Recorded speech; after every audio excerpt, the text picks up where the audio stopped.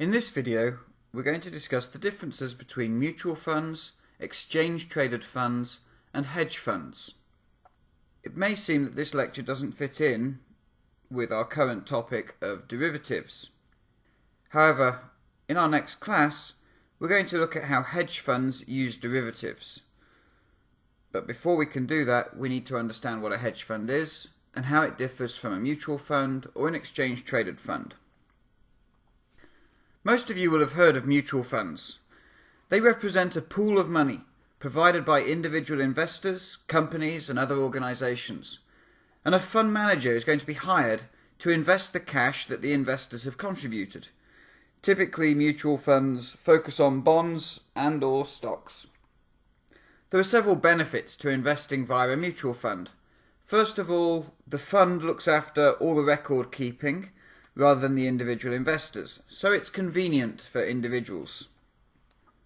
We also get the benefits of diversification. The fund can invest in thousands of different companies and diversify our firm-specific risks. We get access to a professional fund manager. We also get reduced transaction costs relative to those that we would face if we invested all our money individually. These are the main benefits from investing in a mutual fund. What type of mutual fund should you invest in? Well, you can invest in two different types of mutual funds: open-end funds and closed-end funds. An open-end fund is the most common type of mutual fund. When a new investor wants to invest in an open-end fund, the fund will issue new shares, and the price of those shares is going to be based upon the current net asset value, or NAV. The net asset value is the market value of the shares minus any liabilities or costs incurred by the fund. If an investor wants to sell their shares in the fund will redeem the shares at the current net asset value. So there are no concerns about can you find a buyer if you want to get out of your mutual fund. The fund will always purchase the shares back from you. Closed-end funds are different. In a closed-end fund, the fund issues a fixed number of shares to the public.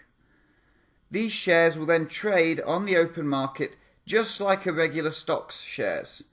So if you want to buy into a closed-end fund, you have to go to the market and pay whatever price is being traded in the market for those shares.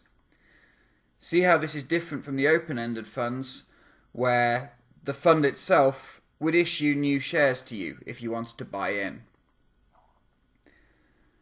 Closed-end funds can trade at a discount or a premium to the net asset value because it depends on demand in the market for this fund. But normally they trade at a discount. The costs to investing in a mutual fund are fees, and the fees can typically be broken into two categories: expense ratios and loads.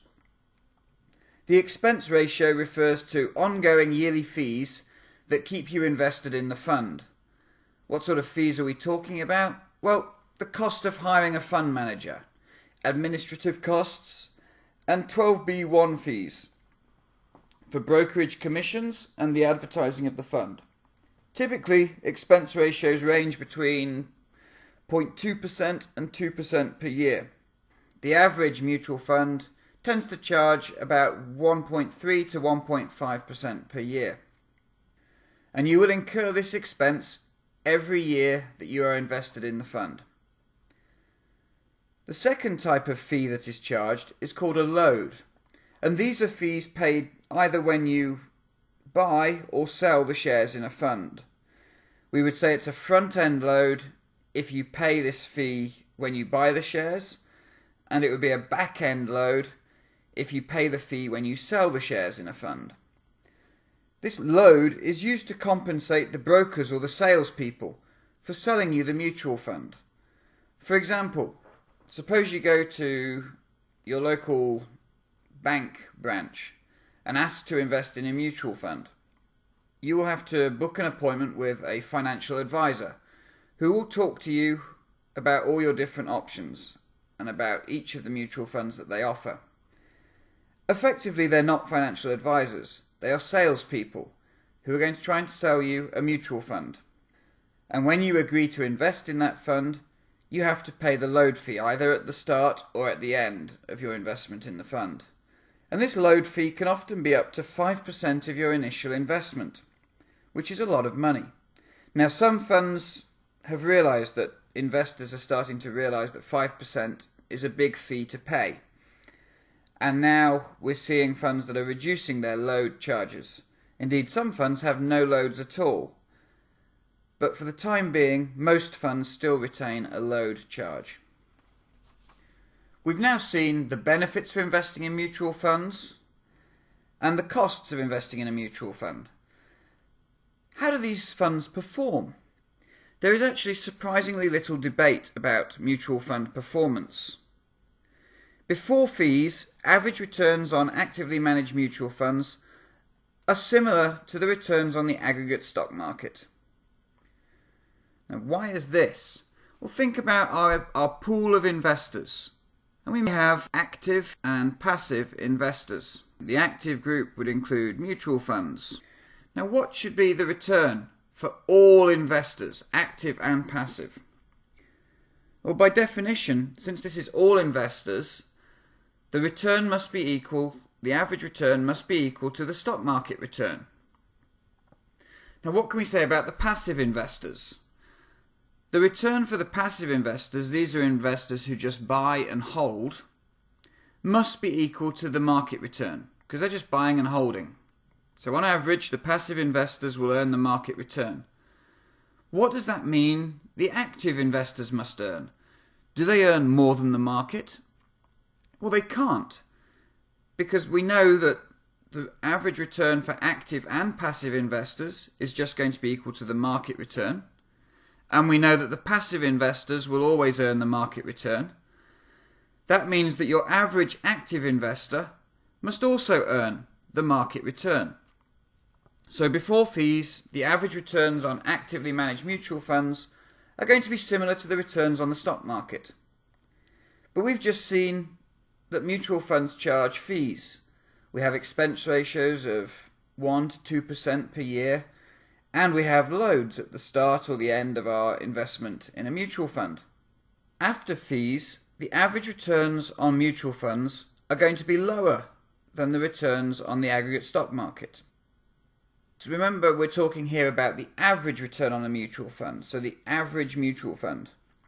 Maybe some mutual fund managers consistently beat the market, while other mutual fund managers consistently underperform relative to the stock market. Well, there's actually little evidence that managers who do well this year will perform well over the next year. The academic research suggests that managers are equally likely to be winners or losers.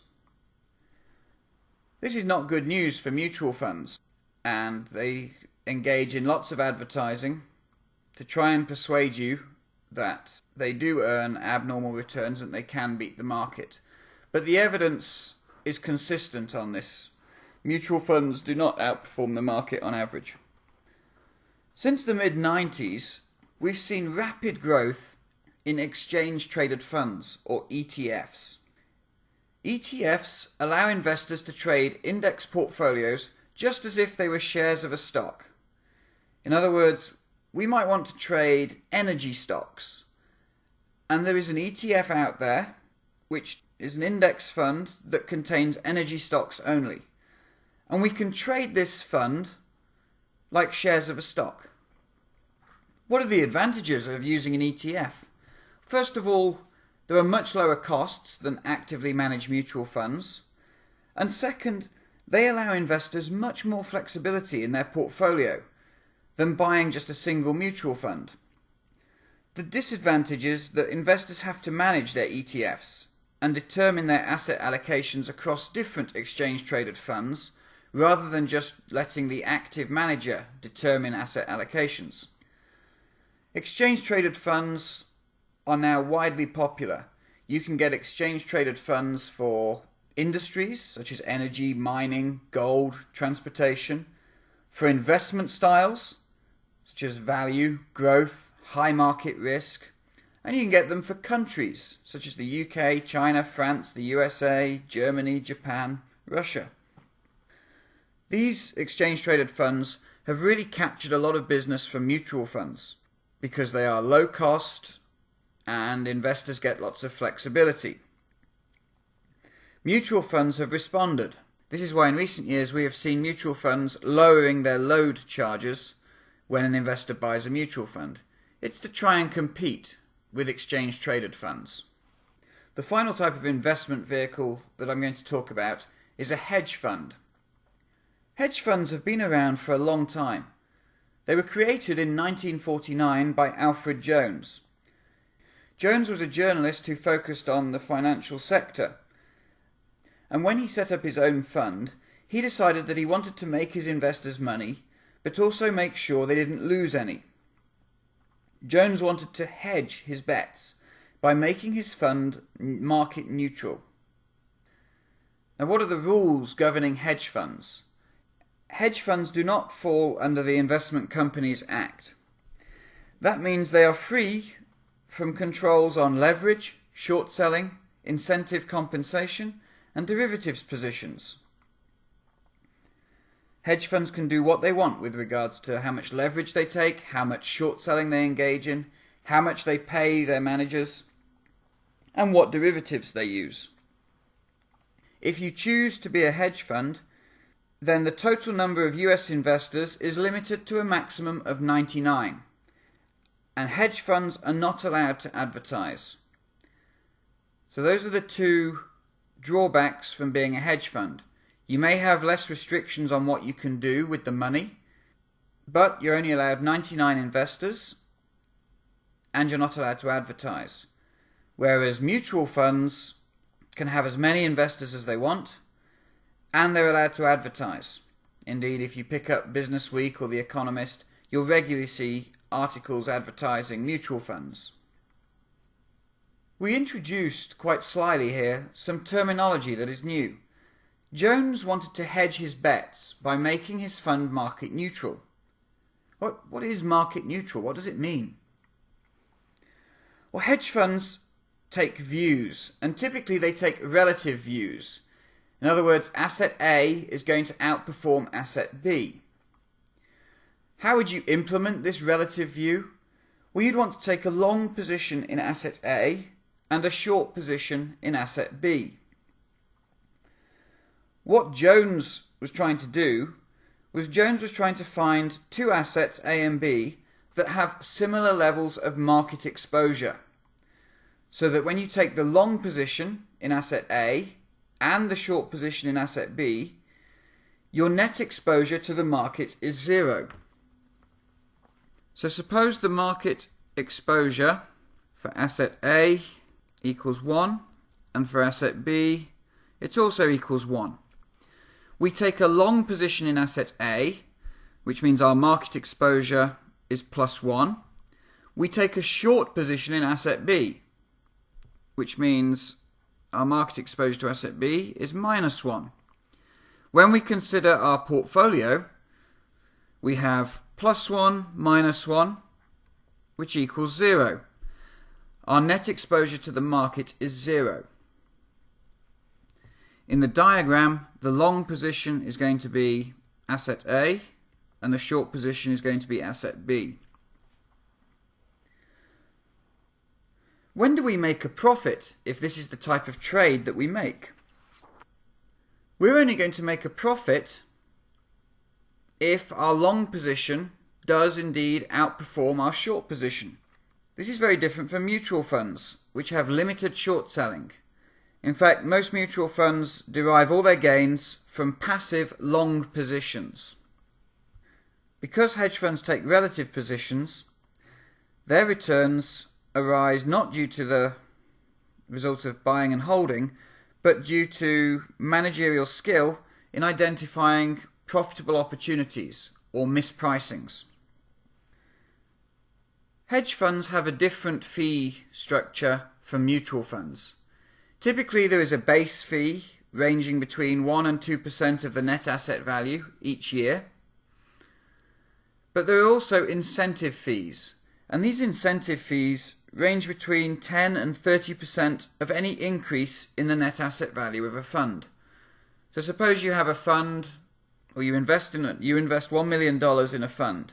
1 year later, the fund has gone up 30%. So you now have $1.3 million. The hedge fund can take between 10 and 30% of that increase, that $300,000 increase, as an incentive fee. But the incentive fee is subject to a high watermark provision. The easiest way to show that is on a graph. Now suppose we invest $1 million into the hedge fund. Over the next year, the net asset value actually decreases to $0.8 million.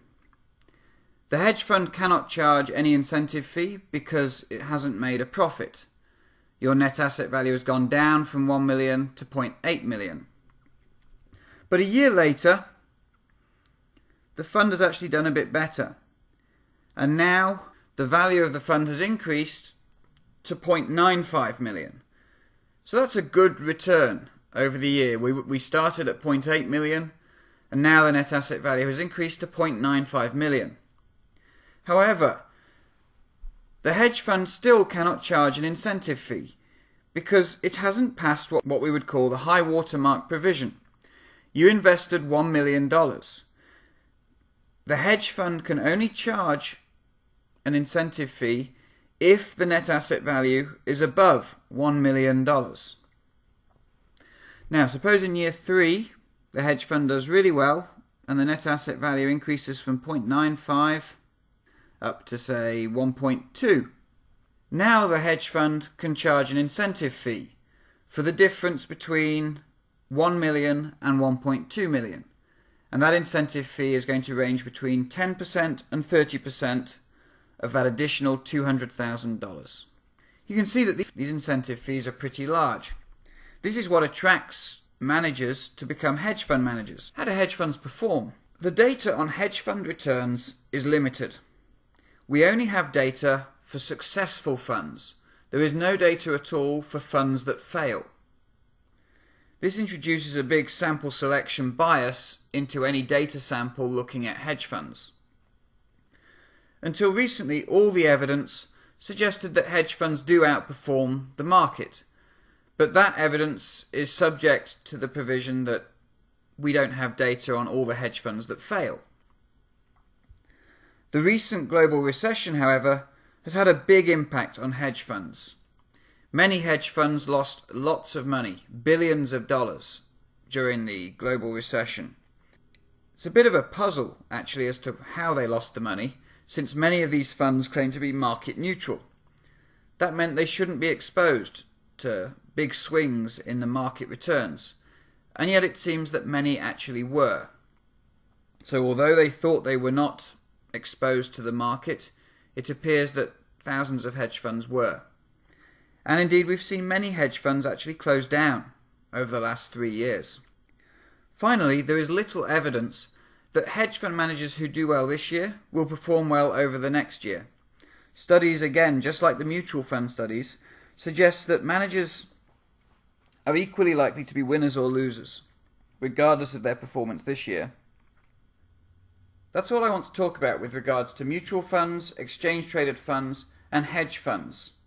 In class over the next week or two, we're going to look at hedge funds in a bit more detail and discuss them more carefully, because they've come in for a lot of bad press over the last 3 or 4 years. Many people think that hedge funds are vultures preying on innocent investors. An alternative view is that hedge funds are actually performing a public service and ensuring that stocks are correctly priced. That is something we will discuss in class.